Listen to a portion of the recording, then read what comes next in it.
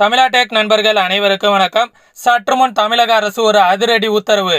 இவர்களுக்கு கருணை அடிப்படையில் பணி வழங்கப்படும் என தமிழக அரசு ஒரு அதிரடி உத்தரவை பிறப்பித்திருக்கிறது.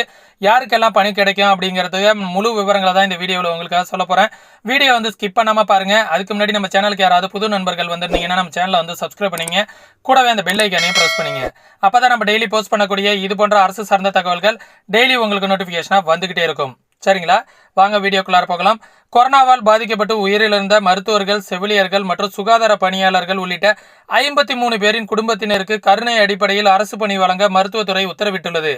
தமிழகம் முழுவதும் கொரோனா வைரஸினால் பாதிக்கப்பட்டவர்களுக்கு சிகிச்சை அளித்த மருத்துவர்கள், செவிலியர்கள் மற்றும் சுகாதாரத்துறை பணியாளர்கள் பலர் தொற்றால் பாதிக்கப்பட்டு உயிரிழந்தனர்.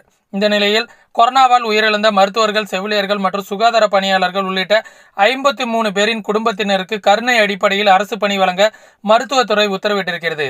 அதன்படி பணி வழங்க வேண்டியவர்களின் விவரங்களை சேகரித்து அனுப்ப மாவட்ட சுகாதாரத்துறைக்கு பொது சுகாதாரத்துறை உத்தரவு பிறப்பித்திருக்கிறது. எனவே இவர்களுக்கான பணி உடனடியாக வழங்கப்படும் அப்படிங்கிறத சொல்லியிருக்காங்க. மேலும் இது போன்ற அரசு சார்ந்த அதிரடி நடவடிக்கைகளை உடனுக்குடன் தெரிந்து கொள்வதற்காக நம்ம சேனலில் தொடர்ந்து இணைந்திருங்கள். நன்றி, வணக்கம்.